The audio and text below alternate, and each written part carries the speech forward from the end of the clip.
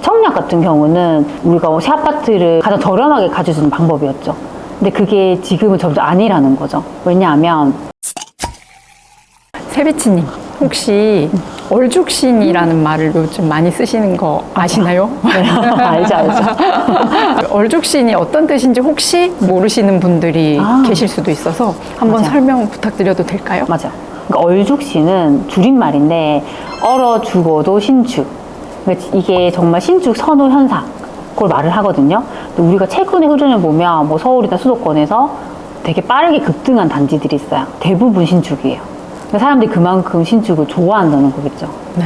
근데 그게 왜 좋아하느냐 생각해보면 지금 집을 사는 세대들이 거의 뭐 30대거나 젊은 층이거든요. 근데 그분들이 어렸을 때부터 어디서 살았냐면 대부분 아파트예요. 그러니까 아파트 생활했기 때문에 아파트가 어떤 게 좋은지 아는 거예요. 이왕이면 요즘에 신축 같은 경우는 커뮤니티 같은 게 되게 잘 돼 있잖아요. 내가 아파트에 사는데 그런 커뮤니티 잘 누리면서 나 새 아파트 살고 싶어. 그런 마음이 되게 강한 거예요.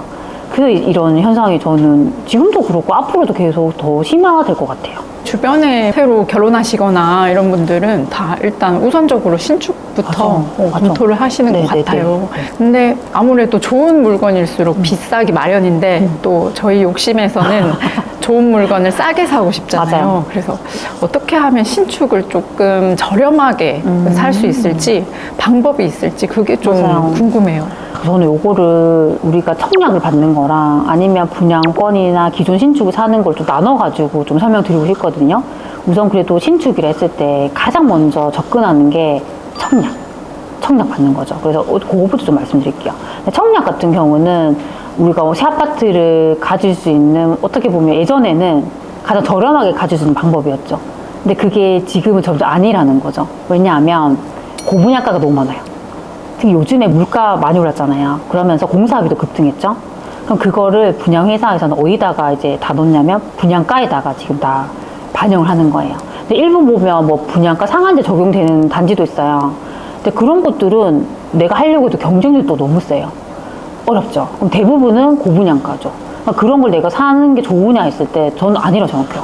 그렇죠. 그리고 또 우리가 청약 받을 때 되게 중요한 게 뭐냐면 분양가도 잘 봐야 되지만 발코니 확장비도 진짜 중요해요.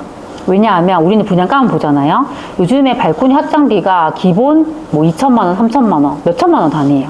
그러니까 그런 것들을 확장비에다도 반영을 하거든요. 그래서 항상 뭐 청약 받는다 했을 때는 분양가에다가 발코니 확장비까지 다 포함해가지고 뭉뚱그려가지고 걔를 이제 분양가라 생각하셔야 돼요. 그래서 좀 예를 들어볼게요. 최근에 보면 우리가 부산에 보면 불랑 서밋 74라는 단지가 분양을 했거든요. 근데 걔가 38평이 얼마에 분양을 했냐면 거의 12억이 넘어요.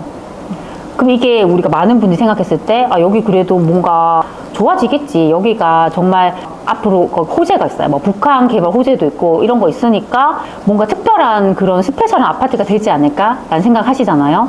그럴 때는 정말 가격 비교를 주변뿐만 아니라 여기보다 더 입지 좋은 곳들하고 잘 비교하셔야 돼요. 근데 여기 보면 요 아파트 인근에 있는 신축 아파트들이 많아요. 걔들하고 비교해도 얘가 엄청 비싸요. 그래서 이거 평당가로 환산하면 대략 3,100만 원이에요.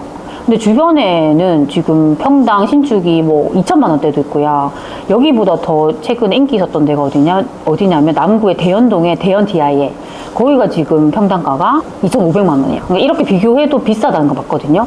그리고 얘를 우리가 부산 같은 경우는 입지가 좋다 했을 때 해운대가 제일 좋잖아요. 거기 신축이 있어요. 거기가 32평 기준으로 거의 평당 3,100이니까 비싸다는 거죠. 그래서 이거 청약 받는 것보다는 더 입지 좋은 신축 살 수 있으니까 무조건 이게 정답은 아니라는 거죠. 그렇죠? 그리고 또 보면 부산 같은 경우에 양정 롯데캐슬이라는 단지가 분양했는데 거기가 33평이 9억이었어요. 근데 그 주변에 있는 30평대 아파트는 거의 뭐 7억대, 6억대 이 정도란 말이에요. 그렇죠? 그래서 상당히 비싸다는 거 맞아요. 그리고 이 아파트 살 돈이면 거기보다 더 입지 좋은 동래구에 있는 신축도 충분히 살 수 있어요. 그래서 우리가 무조건 청약 받는 게 정답이 아니라 이렇게 가격 비교를 잘 하시는 게 저는 되게 중요하다고 생각합니다. 그리고 두 번째는 아까 잠깐 앞에서 말씀드렸지만 기존의 분양권 아니면 신축 아파트 사는 거예요. 근데 저는 사실 이게 제일 좋다고 생각해요. 왜냐하면 점점 지금 고분양가로 되면서 그 이전에 조금 저렴한 분양가로 분양했던 분양권 아니면 그런 신축 아파트가 훨씬 메리트가 있어요. 그래서 지금은 굳이 내가 통제할 수 없는 청약 받는 것보다는 그런 것들을 잘 찾는 것, 어떻게 보면 저는 그런 게 보석 같은 아파트를 생각해요. 예. 그런 것들이 지금은 더 좋은 시기인 것 같아요. 그래서 또 예를 들어보면 그 이목지구, 북수원 이목지구에 대방 디에트르 더 리체라는 단지가 분양했어요. 근데 여기 분양가 엄청 비쌌어요. 그래서 여기 30평대가 10억이었어요. 그리고 거기 어떤 뭐 최상층인가 약간 테라스 있고 이런 형태는 12억이에요. 엄청 비싸요. 그래서 무조건 이게 새 거라서 좋은 게 아니라 그 주변에 있는 아파트는 비교해야겠죠. 거기 주변에 있는 신축 중에 24년도에 입주를 했던 북수원 엑스비아라는 단지가 있거든요. 거기가 최근에 이제 실거래가가 7억이었고 지금 최근에 매물이 이제 입주하면서 매물 다 잠기면서 9억 5천 정도 나오거든요.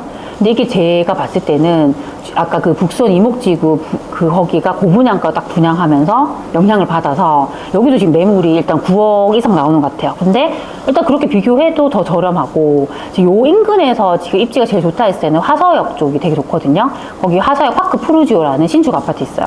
걔가 지금 가격이 얘가 12억이잖아요. 그럼 만약에 저라면 이거 그냥 분양 받는 것보다는 지금 화서역에 있는 대장 아파트 내가 돈 조금 더 주고 사겠다라고 충분히 생각할 수 있잖아요. 그쵸? 아니면 망소역 쪽도 수원에 되게 인기 있는 거기 입지거든요. 거기는 신축 아파트가 지금 10억이에요. 그러면 얘를 살 수 있는 돈이잖아요. 그래서 무조건 이게 내가 새 거라서 이걸 할 수 있는 게 아니라 이렇게 우리가 계속 비교하다 보면 신축 아파트인데도 되게 가격적으로 괜찮은 애들이 있죠. 그래서 요걸 판단할 때 우리가 보통 입지를 기준으로 판단하거든요. 그래서 그렇게 찾아보시면 충분히 좋은 신축도 찾을 수 있습니다. 그래서 좀 팁을 드리면 우리가 근데 이렇게 뭐 신축이든 기존의 분양권 산다 했을 때 내가 어떻게 사면 되나요? 라고 고민할 수 있잖아요. 거기에 대해서 좀 팁을 드리려고 합니다. 일단 첫 번째는 많은 분들이 이런 생각해요. 프리미엄만 보고 생각하거든요. 내가 이렇게 사고 싶은데 여기 프리미엄이 비싸니까 나 사면 안 되겠어라고 하더라고요. 근데 저는 제 경험을 좀 말씀드리면 제가 예전에 분양권 산 적이 있어요. 근데 거기가 프리미엄이 2억이었어요. 제가 2억을 주고 분양권 산다 하니까 주변에서 미쳤다는 거예요. 너 미쳤니?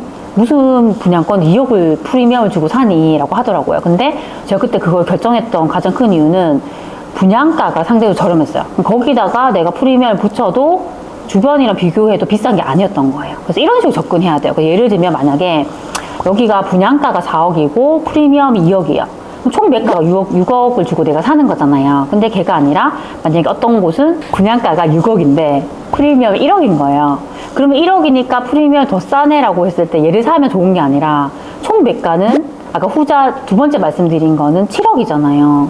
그러니까 이 총 매매 가격을 보고 선택을 하셔야 돼요. 그쵸? 그리고 두 번째 팁은 뭐 아까도 잠깐 말씀드렸지만 이 신축이 좋으냐 아니면 이 분양권이 좋으냐 아니면 새로 분양하는 것이 좋으냐 그 모든 것에 있어서 가장 기준은 입지예요. 입지. 그러니까 제가 입지를 보고 선택해야 되는 이유는 입지라는 것은 결국 땅의 가치잖아요. 근데 우리가 많은 분들이 새 것이면 다 좋다고 생각해요. 그 새 것이라는 것은 그 상품성이라는 것은 시간이 지날수록 계속 감가상각이 되잖아요. 근데 이 땅에 대한 가치는 계속 올라가죠. 그래서 저는 그 입지, 그 땅의 가치를 보고 선택하는 게 제일 좋다고 생각해요. 그래서 이게 연식이 조금 더 됐다고 해서 얘가 안 좋은 게 아니라 그 입지적으로 봤을 때 여기가 좋으냐 그걸 보는 거죠. 그래서 예를 들면 우리가 구축이라 하더라도 누가 봐도 좋은 곳들 있잖아요. 우리가 안양에 가면 평촌 있죠. 평촌 학원가 있고 거기 좋은 특목고 잘 보내는 학교들 있잖아요. 거기 대부분 구축이죠. 근데 거기에 가치가 절대 변할 수 없는 이유는 그 입지라는 것이 워낙 대체 불가한 곳이잖아요. 그쵸? 그리고 우리가 분당 좋아하잖아요. 분당도 학군지를 너무 좋죠. 거기 대부분 구축이죠. 근데 그 땅에 대한 가치가 너무 좋은 거고 서울을 예로 들면 대치동 같은 곳들 거기 구축도 너무 비싸잖아요. 왜냐하면 거기는 확실한 학군지고 학원 가고 교통도 너무 좋고 그 땅의 가치가 있죠. 그래서 그런 부분들을 보시면서 좀 결정하시면 좋을 것 같습니다. 그러면은 그 신축을 싸게 사는 방법에는 청약도 있고 분양권도 있고 그다음에 주변에 기축 중에 신축 아파트들도 있고 그리고 또 너무 신축만 고집하기보다는 입지가 좋은 구축도 괜찮다 이렇게 말씀해 주시는 거 맞나요? 네, PD님께서 잘 정리를 해주셨습니다. 네, 그러면 오늘은 저희 신축을 저렴하게 사는 방법에 대해서 좀 말씀을 드렸는데요. 오늘 제가 이렇게 알려드린 이야기들이 저희 소치님들에게 도움이 되셨으면 좋겠습니다. 그럼 우리 다음 시간에 만나요. 안녕.